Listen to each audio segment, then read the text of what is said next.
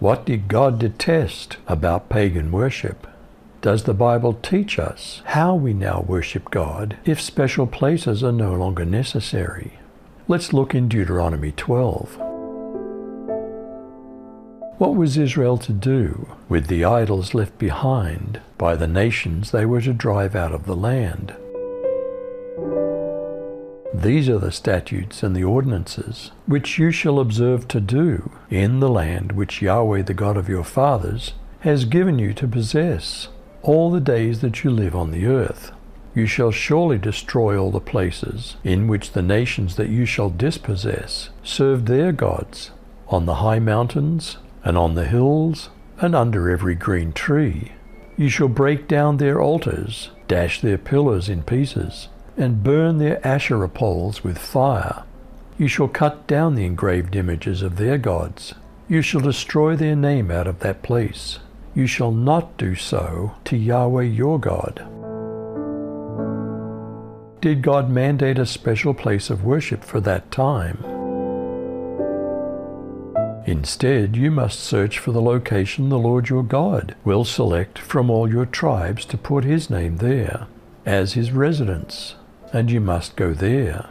You must bring your entirely burnt offerings, your sacrifices, your 10th part gifts, your contributions, your payments for solemn promises, your spontaneous gifts, and the oldest offspring of your herds and flocks to that place.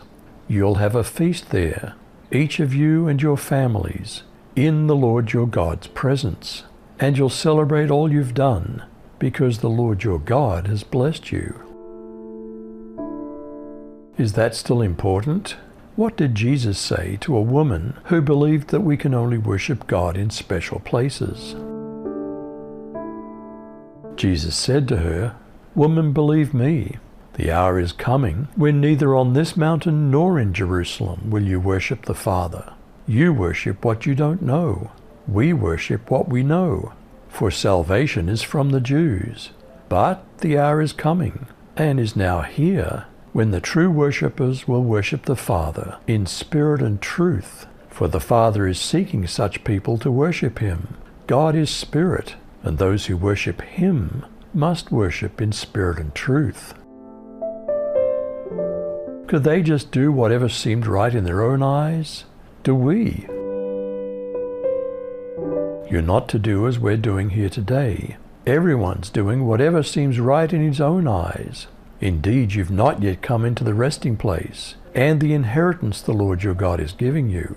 When you cross the Jordan and live in the land the Lord your God is giving you to inherit, and he gives you rest from all the enemies around you, and you live in security, then Yahweh your God will choose the place to have his name dwell. Bring there everything I commanded you, your burnt offerings, sacrifices, offerings of the 10th, personal contributions, and all your choice offerings you vow to the Lord. What were they to do in that designated place of worship? Rejoice in the presence of the Lord your God, you, your sons and daughters, your male and female servants, and the descendant of Levi who is in your city, because there's no territorial allotment for him as you have. Be careful not to offer burnt offerings at any location you happen to see, instead of at the place the Lord will choose in one of the tribal areas. There you may offer burnt offerings, and there you may do everything that I'm commanding you. When and where could they eat ordinary meat, not set apart for God? Notwithstanding, you may kill and eat flesh in all your gates, whatsoever your soul lusts after, according to the blessing of the Lord your God, which he has given you. The unclean and the clean may eat thereof, as of the roebuck and as of the hart. Only you shall not eat the blood. You shall pour it upon the earth as water. Where were they to eat that meat that was dedicated to God? Were they to share it as a communal meal with the Levites?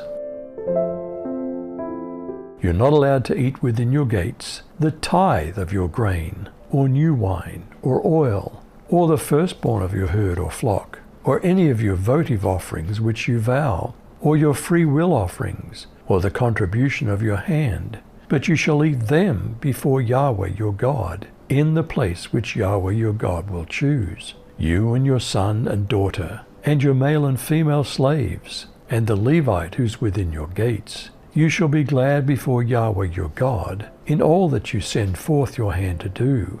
Beware, lest you forsake the Levite in all your days upon your land.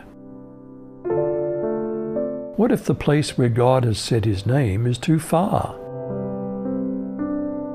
When the Lord your God extends your border, as he's promised you, and you say, I'll eat meat, because you desire to eat meat, then you may eat meat, whatever you desire. If the place where the Lord your God chooses to put his name is too far from you, then you may slaughter animals from your herd and flock, which the Lord has given you, as I've commanded you, and you may eat within your gates whatever you desire, just as a gazelle or a deer is eaten. So you may eat it. The unclean and the clean alike may eat it. Would they have eaten things like blood sausage and blood pudding? Be sure you don't eat the blood, because the blood is the life, and you must not eat the life with the meat. You must not eat the blood. Pour it out on the ground like water. Don't eat it, so that it may go well with you and your children after you, because you'll be doing what's right in the eyes of the Lord. Is the prohibition against eating blood still valid for us? But concerning the Gentiles who believe, we've written our decision that they should observe no such thing, except that they should keep themselves from food offered to idols, from blood, from strangled things, and from sexual immorality. What did God command for that time regarding a special place of worship? Only the holy things which you have, and your vowed offerings, you shall take and go to the place which the Lord chooses, and you shall offer your burnt offerings, the meat and the blood, on the altar of the Lord your God, and the blood of your sacrifices shall be poured out on the altar of the Lord your God, and you shall eat the meat. Observe and obey all these words which I command you, that it may go well with you and your children after you forever, when you do what's good and right in the sight of the Lord your God. What about pagan worship did God specifically describe as detestable?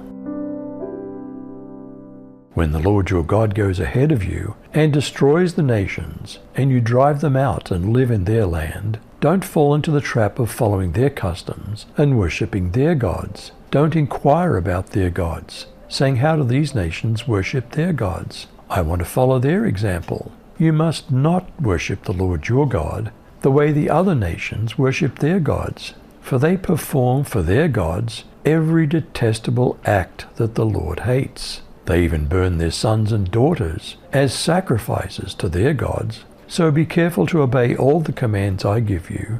You must not add anything to them or subtract anything from them. What did God detest about pagan worship? Does the Bible teach us how we now worship God if special places are no longer necessary? You decide.